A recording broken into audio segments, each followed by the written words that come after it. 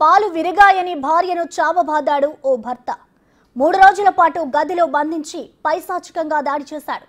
పాలు విరిగిపోయినందుకు కోపంతో ఊగిపోయిన భర్త పైపుతో భార్యను చితకబాదాడు. అతడికి తల్లి, సోదరి కూడా తోడయ్యారు. ఈ ఘటనలో ఆమె తీవ్రంగా గాయపడింది. హైదరాబాద్కు మధురానగర్ పోలీస్ స్టేషన్ పరిధిలో జరిగింది ఈ ఘటన.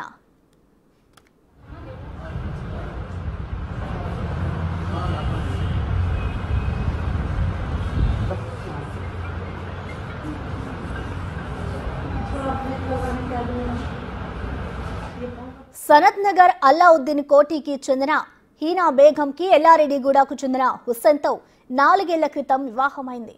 వీరికి 2 పిల్లలు కూడా ఉన్నారు. పెళ్లి సమయంలో కట్నం తీసుకున్నప్పటికీ అదనపు కట్నం కావాలంటూ హీనా బేగంను భర్త, అత్త వేధించారు. ఈ క్రమంలో తాజాగా హీనా బేగం పాలు మరగబెడుతున్న సమయంలో అవి విరిగిపోయాయి. దీనిని సాకుగా తీసుకొని అందరూ కలిసి అకారణంగా పాలు విరగ్గొట్టావని మండిపడుతూ పైపుతో ఆమెపై దాడి చేశారు. దీంతో ఆమె స్పృహ తప్పి పడిపోయింది.